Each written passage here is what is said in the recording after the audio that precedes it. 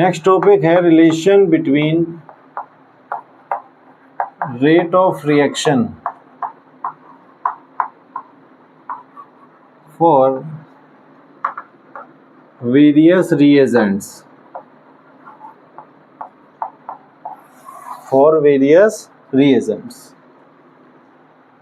देखो जरा ऐसे जरा समझने की कोशिश करिए। हमने एक रिएक्शन कंसीडर करी है। कंसीडर अ रिएक्शन, क्या रिएक्शन है साहब? N2 + 3H2 arrow 2NH3। Okay, अब स्टोइकियोमेट्रिक कोफिशिएंट बताओ। यहाँ पे कितना है? 1, यहाँ पे 3 और यहाँ पे 2। इसका मतलब जब इसका 1 मोल खर्च होगा तब इसका कितना मोल खर्च हो जाएगा? 3 मोल। और तब इसका कितना मोल बन जाएगा? 2 मोल। सही है ना? अच्छा, एक काम करते हैं। सपोज रिएक्शन गोज कंप्लीट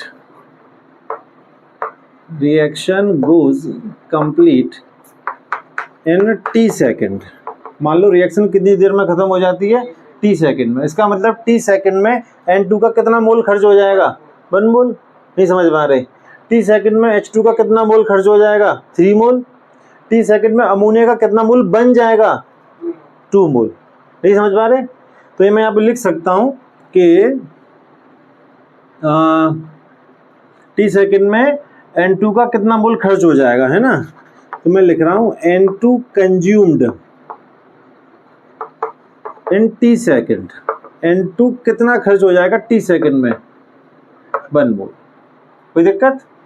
अच्छा, एक बात बताओ, N2 T सेकेंड में 1 मोल खर्च हो जा रहा है, तो अगर मैं इसके खर्च होने का रेट मान ले रहा हूँ x, मान लिया है ऐसे ही, x मोल litre inverse second inverse. T second में कितना मोल खर्च होता है? 1 मोल। तो मैंने इसका रेट कितना मान लिया? x मोल लीटर इनवर्स सेकेंड इनवर्स। कोई दिक्कत? अच्छा, T सेकेंड में ये कितना खर्च हो जाएगा? H2 consumed in T second. बताओ जरा, ये कितना खर्च हो जाएगा? 3 मोल। अब एक बात बताओ, T सेकेंड में ये 1 मोल खर्च हो रहा था, तो मैंने रेट x मान लिया, तो इसका रेट कितना हो जाएगा? 3x। बोलो। हाँ भाई, इससे देखो, ये T सेकेंड में 1 मोल खर्च हुआ तो रेट x माना, ये T सेकेंड में 3 मोल खर्च हुआ तो रेट कितना मानूंगा? 3x। 3 गुना हो जाएगा। तो मैं यहाँ पे क्या लिख दूंगा? इसका रेट। ये किसका रेट है? हाइड्रोजन के खर्च होने का। तो कितना मान लेंगे इसको? मोल लीटर इनवर्स सेकेंड इनवर्स। कोई दिक्कत? अच्छा, अब अमोनिया के बारे में बात करते हैं। NH3 फॉर्म्ड या प्रोड्यूस्ड एक ही बात है इन T सेकेंड। ये T सेकेंड में कितना प्रोड्यूस हुआ? ये T सेकेंड में प्रोड्यूस हुआ 2 मोल। तो इसके बनने का रेट अगर बताना हो, ये तो बन रहा है ना, तो इसके बनने का रेट बताना हो तो कितना निकलेगा? 2x मोल लीटर इनवर्स सेकेंड इनवर्स। यहाँ तक कोई डाउट है? कोई कैसा भी डाउट नहीं? ठीक है। तो अब हमारे N2 के खर्च होने का रेट क्या आ गया? x मोल litre inverse second inverse. Hydrogen के खर्च होने का रेट 3x। अमोनिया के बनने का रेट कितना आ गया? 2x। अब एक बात समझो, मैं यहाँ पे लिख रहा हूँ रेट ऑफ कंजप्शन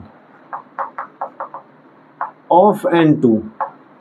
देखो, मैं कंजप्शन भी लिख सकता हूँ, डिसअपियरेंस भी लिख सकता हूँ। खर्च होगा तो उधर से गायब हो जाएगा ना, तो गायब होने को डिसअपियर बोल देते हैं। तो rate of consumption of N2 अगर मुझे लिखना हो फॉर्मूले के फॉर्म में, तो मैं क्या लिखूंगा?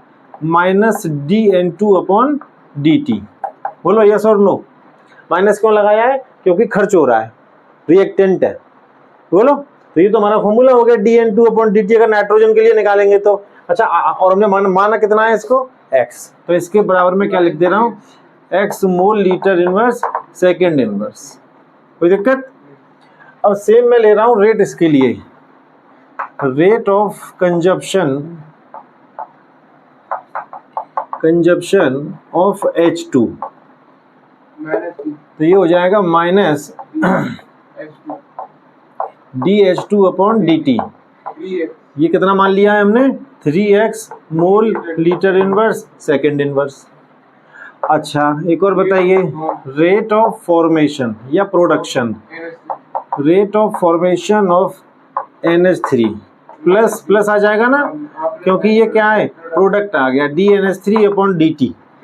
तो कितना मान लेंगे 2x मोल लीटर इनवर्स सेकेंड इनवर्स। अब ध्यान से सुनना, मैं जो बता रहा हूं, नाइट्रोजन के खर्च होने का रेट x है, हाइड्रोजन के खर्च होने का रेट 3x है और अमोनिया के बनने का रेट 2x है। अगर मेरे को R is equal to rate minus dN2 upon dt is equal to minus dH2 upon dt is equal to plus dNH3 upon dt, मैंने ये एक एक्सप्रेशन लिखा है, ये है रेट ऑफ रिएक्शन। तो अमोनिया नाइट्रोजन के खर्च होने का रेट, हाइड्रोजन के खर्च होने का रेट, अमोनिया के बनने का रेट, मैं सबको इक्वल लिख दिया। क्या मैं सबको इक्वल लिख सकता हूँ? क्या ये सब इक्वल होंगे? नहीं होंगे, क्योंकि देखो भाई सिंपल सा फंडा है, नाइट्रोजन के खर्च होने का रेट x है और हाइड्रोजन के खर्च होने का रेट 3x है, यानी कि हाइड्रोजन के खर्च होने का रेट नाइट्रोजन के खर्च होने के रेट से 3 गुना है। बोलो, इसी तरीके से इसमें और इसमें अगर हम रिलेट करें तो हम देख रहे हैं कि अमोनिया के खर्च होने का रेट 2x है और अमोनिया के बनने का रेट 2x है और नाइट्रोजन के खर्च होने का रेट x है। इसका मतलब अमोनिया के बनने का जो रेट है वो नाइट्रोजन के खर्च होने के रेट से 2 गुना है। तो मैं इन सबको बराबर तो नहीं लिख सकता, ये बराबर है कब? बराबर तो है ही नहीं। बोलो भाई ये x है, इसका ये 3 गुना है, इसका ये 2 गुना है, तो इनको इक्वल तो नहीं लिख सकते हम। तो जो अभी एक्सप्रेशन लिखा है क्या वो सही है? नहीं है सही। हाँ, लेकिन अगर मैं एक काम करूं, इसमें 1 का डिवाइड कर दूं और इसमें डिवाइड कर दूं 3 का और इसमें डिवाइड कर दूं 2 का, क्या सही है? क्यों भाई? अब सही है। क्यों सही है? देखो जरा, क्योंकि इन दोनों को देखो आप, हमें मालूम है कि इसका रेट x है, इसका 3x है, इसका मतलब हाइड्रोजन के खर्च होने का रेट नाइट्रोजन के खर्च होने के रेट से 3 गुना है ना? हाइड्रोजन के खर्च होने का रेट नाइट्रोजन के खर्च होने के रेट से 3 गुना है। अब मैं 3 का डिवाइड कर दिया, फिर तो बराबर हो जाएंगे। नहीं समझ में आ रहे भाई? मेरे पास 100 रुपीज है, तुम्हारे पास 300 रुपीज है। अब तुम्हारे पास जितने रुपए में उसमें 3 का डिवाइड कर दूं तो दोनों के पास बराबर पैसे नहीं हो जाएंगे? तो बस वही तो हो रहा है, और क्या हो रहा है? ये नहीं, वैल्यू कहाँ से अलग है? अरे तो इससे क्या हुआ? अरे भाई देखो, तुम एक सिंपल सी बात नहीं समझ पा रहे हो। नाइट्रोजन के खर्च होने का रेट x है और हाइड्रोजन के खर्च होने का रेट 3x है, मतलब ये इसका 3 गुना है। अब अगर मैं इसमें 3 का डिवाइड कर दूं तो 3 से 3 कट के ये बराबर नहीं हो जाएगा रेट? और मैंने क्या करा है, नाइट्रोजन के खर्च होने का जो रेट है और हाइड्रोजन के खर्च होने का रेट है, तो हाइड्रोजन के खर्च होने के रेट में 3 का डिवाइड ही तो कर दिया है। अब तो दोनों बराबर होंगे। नहीं समझ पा रहे? ठीक है। इसी तरीके से नाइट्रोजन के खर्च होने का रेट x है और अमोनिया के बनने का रेट कितना है? 2x। अब मैं इसमें 2 का डिवाइड कर दूंगा तो फिर x बराबर नहीं हो जाएगा ये? ठीक है। तो अगर हम क्या करें, नाइट्रोजन के खर्च होने का रेट में 1 का डिवाइड कर दिया, यहाँ पे 1 ही तो था, यहाँ पे 3 का डिवाइड कर दिया, इसमें 2 का कर दिया, अब ये सारे रेट बराबर हो गए। अब मैं इसको सही लिख सकता हूँ। Now this is right expression. अब इसमें कोई दिक्कत नहीं है। नहीं समझ में आ रही? तो फाइनली ये हमारा आ गया रिलेशन बिटवीन किसका रिलेशन आ गया? नाइट्रोजन के खर्च होने का रेट, हाइड्रोजन के खर्च होने का रेट और अमोनिया के बनने के रेट में सब में ये रिलेशन निकल आया। ठीक है। अच्छा, ये जहां पे जो R है, ये R क्या है? This R is rate of reaction. ये आपको ध्यान रखना है, R रेट ऑफ रिएक्शन। मैं चाहूं तो इसको थोड़ा और ऐसे लिख सकता हूं, R is equal to minus dN2 upon dt is equal to, मैं ऐसे भी तो लिख सकता हूँ, -1/3 dH2, बोलो dH2 अपॉन dt, बोलो यस और नो। इसे 1/3 करके लिख सकता हूँ ना अलग से, है ना? और इसको मैं क्या लिख सकता हूँ, ये हो जाएगा 1/2 और ये हो जाएगा d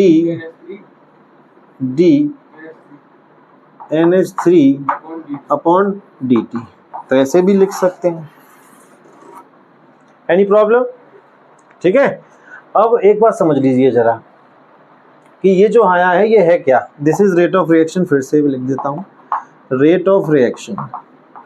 तो पॉइंट ये है, जब एक रिएक्टेंट के खर्च होने का रेट, दूसरे के खर्च होने का रेट और तीसरे प्रोडक्ट के बनने का रेट, इन सब में जब हमें रिलेशन बताना हो, तो this is how we can tell the relation. अब एक बात समझ लो, तो जब भी हमें पेपर में इस तरह का न्यूमेरिकल आ जाएगा, मान लो ये रिएक्शन उसने हमको दे दी और उसने हमसे बोला कि भाई नाइट्रोजन के खर्च होने का रेट इतना है, तो अमोनिया के बनने का रेट बताओ कितना होगा।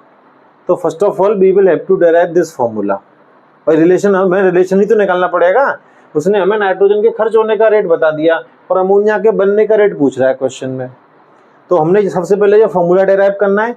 इसके खर्च होने का रेट वो खुद बोल रहा है, इसके बनने का रेट हमसे पूछ रहा है, तो हम इन दोनों को उठा के आगे ले लेंगे बस, बाकी सबको यहीं छोड़ देंगे। जो वैल्यू दे रखी है वो उसमें वैल्यू पुट कर देंगे, दूसरा हमारा निकल ही आएगा, अमोनिया के बनने का रेट हमारा आ जाएगा। नहीं समझ में आ रही? एक चीज और समझिए, हर बार ये डेरिवेशन करने का जरूरत नहीं है हमको। अब सिंपल तरीका समझो। सिंपल तरीका ये है कि जब आपको एक रिएक्शन दे रखी है तो सबसे पहले आप लिखेंगे R, उसके बाद जैसे ये N2 है तो मैं क्या लिखूंगा, क्योंकि ये रिएक्टेंट है, -dN2/dt इज इक्वल टू, अच्छा जरा इसको समझो, इस पे भी आते हैं पर इसको समझो। सबसे पहले मैं लिखूंगा R, फिर इसको -dN2/dt, फिर ये भी रिएक्टेंट है -dH2/dt, फिर ये प्रोडक्ट है +dNH3/dt, और इन सब में डिवाइड कर देंगे इनके स्टोइकियोमेट्रिक कोएफिशिएंट्स का 1, 3, 2 आ गया हमारा expression.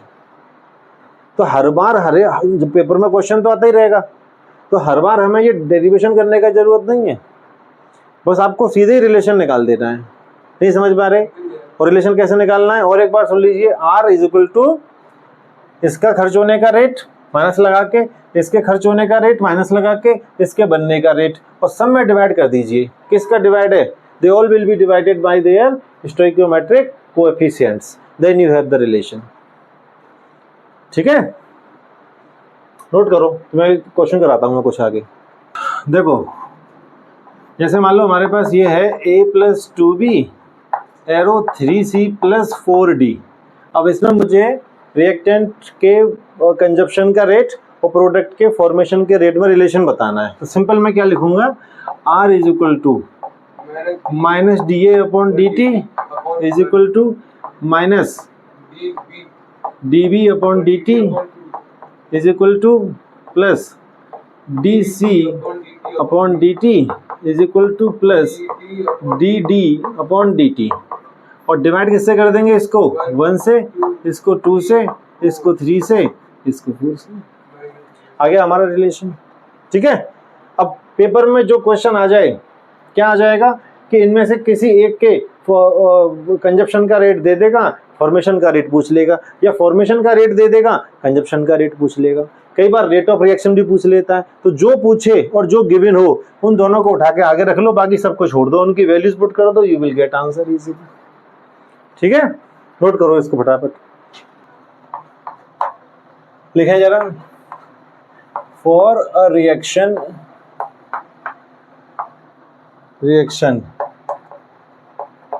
4NH3 + 5O2 4NO + 6H2O, the rate of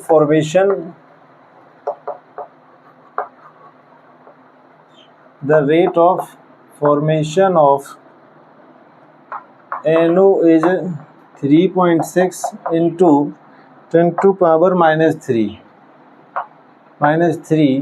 mole liter inverse second inverse. Then find number 1 rate of formation of H2O, or number 2 the rate of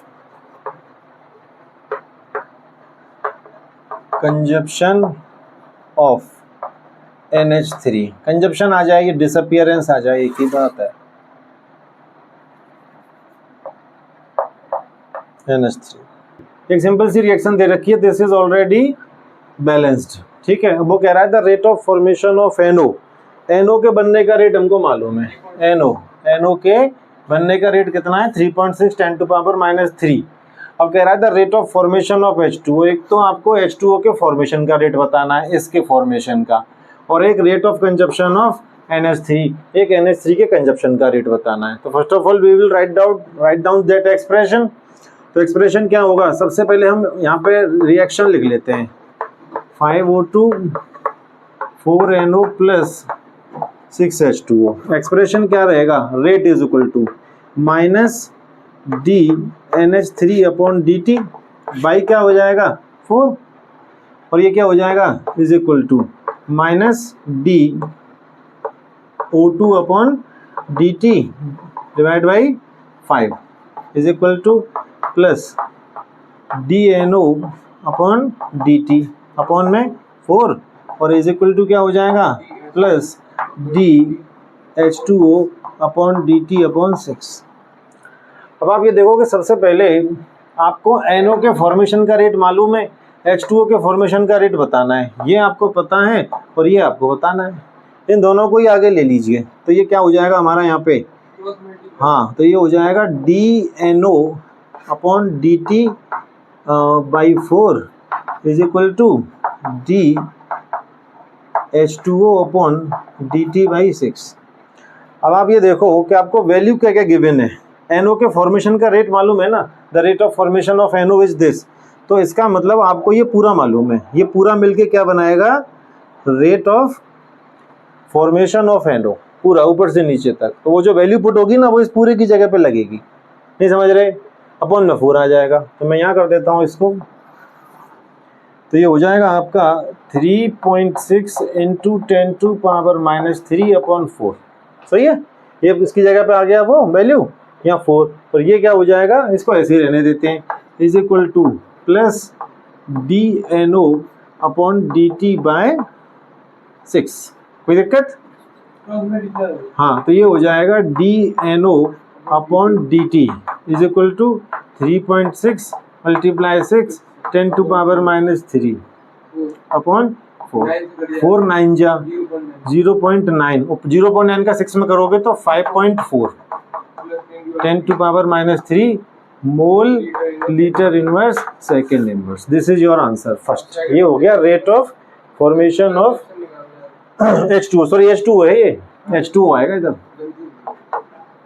H2O। कोई दिक्कत यहाँ पे, ठीक है। अब क्या कह रहा है, the rate of consumption of NH3। अब आप देखो कि आपको ये तो पहले से पता था, अब ये भी पता चल गया। अब पूछ क्या रहा है, ये पूछ रहा है, तो आप इनमें से चाहे तो इसको ले लो, चाहो तो इसको और इसको ले लो, किसी को भी ले लो, हम इसको और इसी को ले लेते हैं, ठीक है। तो ये क्या हो जाएगा आप देखें जरा, सेकेंड पार्ट भी कर लेते हैं इसका, तो ये हो जाएगा minus DNH3 upon DT divide by 4, और इज इक्वल टू ये हो जाएगा plus DNO upon DT divide by 4, 4 ही है, यहाँ भी 4 है, यहाँ भी 4 है। अब तो बहुत ही सिंपल है ना। देखो अमोनिया के फॉर्मेशन का रेट बताना है, ये रेट हमको मालूम है, तो मैं क्या करता हूँ इसको minus DNH3 upon DT divide by 4 is equal to, इस पूरे की जगह पे क्या आ जाएगा 3.6 10 टू पावर -3, यही आ जाएगा ना, और डिवाइड बाई 4, 4 से 4 तो चला ही जाएगा, आपका सीधा आंसर आ गया, ठीक है ना। हाँ तो ये क्या हो जाएगा रेट ऑफ, इसकी जगह पे मैं चाहूँ तो क्या लिख सकता हूँ कंजप्शन ऑफ NH3, वही वैल्यू आ गई 3.6 10 to power -3 mole litre inverse second. Any problem, ये आ चुका है बोर्ड में क्वेश्चन, नोट करिए। एक और क्वेश्चन कर रहे हैं सिंपल सा, ऐसा ही है, for a reaction 2N2O5 arrow 4NO2 plus O2, the rate of formation of NO2 is 2.8 10 to power -3 mole liter inverse second inverse. Then find number 1 the rate of consumption of N2O5, next है rate of reaction,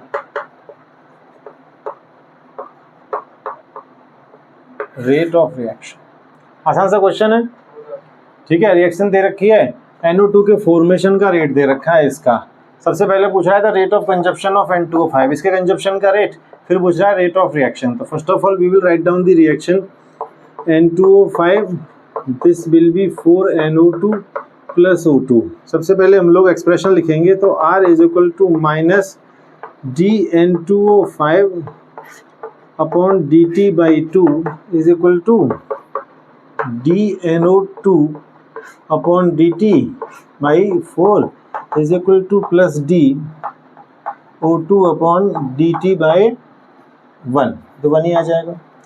अब देखो हमें क्या क्या given है यहाँ पे, एक तो NO2 के फॉर्मेशन का रेट मालूम है और N2O5 का रेट बताना है, खर्च होने का रेट। इन दोनों को ही लिख लेंगे, इन दोनों को आगे ले लेंगे। तो ये क्या हो जाएगा, ये हो जाएगा minus D N2O5 upon DT upon 2 is equal to plus D NO2 upon DT by 4। अब ये तो हमको रेट बताना ही है, तो इसको ऐसे ही रहने देते हैं, minus D N2O5 upon DT by 2 is equal to ये रेट कितना गिवन है NO2 का formation, this is 2.8 10 to power minus 3। तो इस पूरे एक्सप्रेशन की जगह पे आ जाएगा, ठीक है। तो ये क्या हो जाएगा अपॉन में 4, तो 2 से पहले तो 2 ही कैंसिल कर दो, फिर 2 से ये हो जाएगा 1.4 आ जाएगा आंसर। कितना आ जाएगा 1.4, तो हमारा ये आ गया। अच्छा, इसको मैं अब क्या लिख सकता हूँ, this whole is rate of consumption of N2O5। तो चाहो तो ऐसे ही रहने दो, चाहो तो पूरा ही लिख दो। तो यहाँ पे लिख सकते हैं द रेट ऑफ, रुक जाओ, the rate of consumption of N2O5 1.4 10 to power minus 3। तो ये हो जाए 1.4 10 to power minus 3 mole litre inverse second inverse. Rate कभी माइनस में नहीं आता है, तो ये पूरा का पूरा हमारा रेट ही है, माइनस नहीं लगाना है, ठीक है। हाँ, रेट माइनस में नहीं आएगा, रेट कभी माइनस का हो ही नहीं सकता। अब देखो सेकंड पार्ट में क्या कह रहा है, रेट ऑफ रिएक्शन, मतलब ये बताना है इस बार हमको ये।